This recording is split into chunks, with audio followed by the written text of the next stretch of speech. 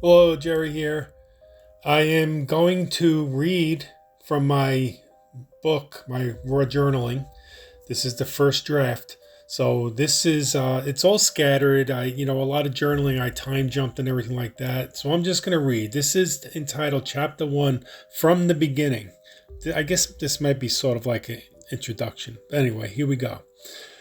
Since this is my first book and probably my last, depending on how it goes, it makes sense to start from the very beginning. At this point, I have no idea if I'm writing an autobiography, a self-help book, something else entirely, or a combination of the two. Who knows? Maybe I'll end up creating a whole new genre. Wouldn't that be groovy? Whoops, sorry about that. Moving on, here's a little about me. I was born on Long Island. Yes, on Long Island, not in Long Island. What's weird is you can be born in Staten Island and not on Staten Island. A little banter. Sorry, moving on again. By all appearances, my childhood seemed normal. I had 2 parents, a brother, 3 sisters, a dog, fish, friends, and secrets. What kind of secrets, you may ask? Well, strange thoughts raced through my mind. As I've gotten older, I realized that a 5-year-old shouldn't be thinking such things. What I'm about to write, I've never shared with anyone. It's tough. I vividly remember sitting in kindergarten class and fantasizing about being inside a particular girl's private parts and waiting for stuff to come out. I'm not sure if I'm going to leave that in. I'm writing it now because I feel it'll help me get through the chapter. As I think back and try to understand why a child would have such graphic thoughts, I realize this isn't normal. The only explanation I can come up with is that I may have experienced some form of abuse that mirrored the strange images running through my imagination.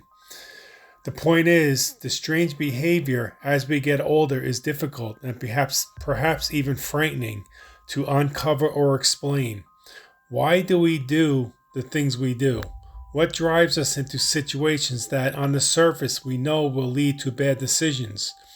Do we deep down want bad things to happen so we can unconsciously receive penance for unresolved, deeply rooted memories tugging us into an abyss we believe will be either purging or eternal damnation? Here's the tough question. If we aren't even aware of the events, the actual occurrences, how can we begin to deal with them? How do we understand why we make decisions that lead to isolation and depression? What is the nagging feeling pulling us into the labyrinth of our internal thoughts? The voices within that trap us, hold us prisoner, and make us feel as though trying is futile. Trying leads to failure. Failure leads to disappointment. Disappointment leads to self-criticism. Self-criticism leads to isolation and depression. And round the cycle goes. Based on my personal experiences, I'm going to talk about some of the things that have helped me face challenges and begin a more illuminating journey.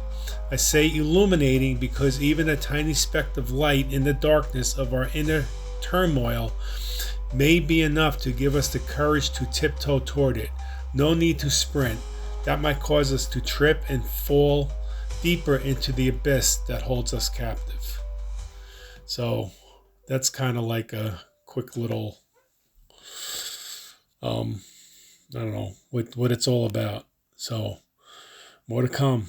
Thank you. And please like, follow, and comment. I love the comments. And let me know what you think. And I'm just bearing my soul, man. I'm letting it all out. So here we go. Thank you. Love you. Bye.